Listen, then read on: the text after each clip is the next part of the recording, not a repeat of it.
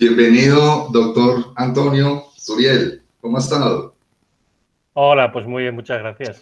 Doctor Antonio Turiel, uno siempre escucha o lee que la Amazonía es el pulmón del mundo, es la selva del Amazonas. Pero hace poco estoy releyendo, también no me acuerdo en este momento el nombre del científico, de los científicos, que dicen que esa idea no es tan cierta, que realmente el pulmón del mundo es el océano. Yo quisiera, ¿eso es verdad o todavía está, es una hipótesis o qué respuesta nos daría frente a ese tema? Sí, bueno, pues a ver, tiene mucho de razón, porque sabemos perfectamente que las algas verdes tienen una capacidad fotosintética que es muy superior a las plantas, a las plantas terrestres. Las plantas terrestres tienen una eficiencia fotosintética que está alrededor del 1%, mientras que las algas llegan hasta el 8%.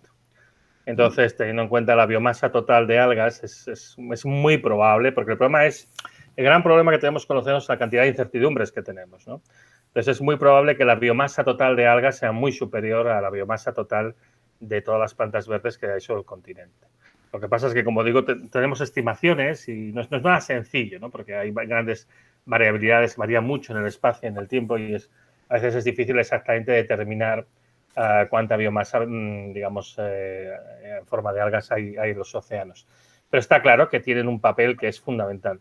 Lo que pasa es que además en el océano hay otros procesos que no liberan oxígeno, como la fotosíntesis, sino que hay otros procesos que lo consumen, ¿no? Y entonces, en particular, el papel de las bacterias marinas que ocupan estratos más profundos del océano y que por eso es mucho menos conocido, pues tampoco lo conocemos exactamente bien.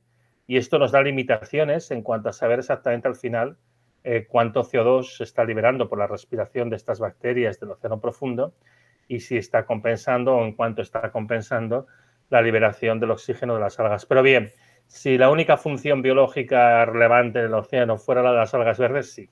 Evidentemente, el océano libera más oxígeno que lo que libera la Amazonía o lo que libera en realidad el conjunto de todas las plantas verdes que hay sobre la superficie terrestre. Es más lo que conocemos, por ejemplo, de la Luna, yo lo he leído en algunas partes, que lo que conocemos del fondo del mar. Sí. Solamente por citar la fosa de las Marianas, que pocos hombres han llegado allá, entre ellos llegó James Cameron, el director de cine, que pudo llegar hasta el fondo de la fosa de las Marianas. Entonces, hay digamos, los océanos, el mar, es un gran tema de investigación pues, que es fascinante y que también hace parte del cambio climático, como estamos afectando. Sí, los océanos de hecho son el gran termostato, el gran regulador del clima. Y de hecho el problema que es que más tiene toda razón lo que ha dicho, es decir, conocemos mucho menos los océanos de lo que conocemos de la superficie de la Luna. Porque el océano es un medio difícil, es un medio hostil. Es un medio que para empezar es corrosivo, es un medio que cuando hay una tormenta, pues evidentemente pues pone en dificultades. Si tienes un barco haciendo observaciones allí, pues evidentemente no puedes mantenerlo porque el peligro de que se vaya a pique es enorme. Pero la instrumentación que dejamos anclada muchas veces es arrancada, muchas veces es destruida y resulta muy difícil conseguir información de calidad. Y en el mar, además, conviven diferentes procesos a diferentes escalas. Hay procesos que son muy rápidos, que tienen tiempos típicos que son del orden de horas o incluso de minutos. Por ejemplo, cómo se mezcla toda el agua por el efecto del viento, cómo se dispersa el agua de la lluvia y el efecto que tiene sobre las corrientes y el efecto que tiene sobre la productividad primaria, sobre la capacidad que tienen las algas de producir más biomasa y que esto sirve de alimento a los animales y demás. Y luego tienes todas las escalas intermedias que van de las escalas que son pues estacionales, escalas anuales, interanuales, decadales, ya de siglos y finalmente de milenios, como por ejemplo la gran circulación que distribuye todo el calor y la humedad dentro del planeta, lo que se llama la cinta transportadora o la corriente meridional del Lazo, que básicamente rodea todos los océanos de la Tierra y está transportando calor desde el Ecuador hacia los polos y favorece que así los polos no sean tan fríos como serían de otra manera y al mismo tiempo esto favorece un flujo de aire más húmedo, por ejemplo, hacia Europa y hacia otras zonas del planeta, con lo cual lo que hace es redistribuir la vida en el planeta, ¿no? Entonces, precisamente por esta multitud de diversas escalas, tanto espaciales como temporales, es muy difícil de analizar el océano, porque además estas distintas escalas, estos distintos fenómenos interactúan entre sí de maneras que no siempre comprendemos, ¿no?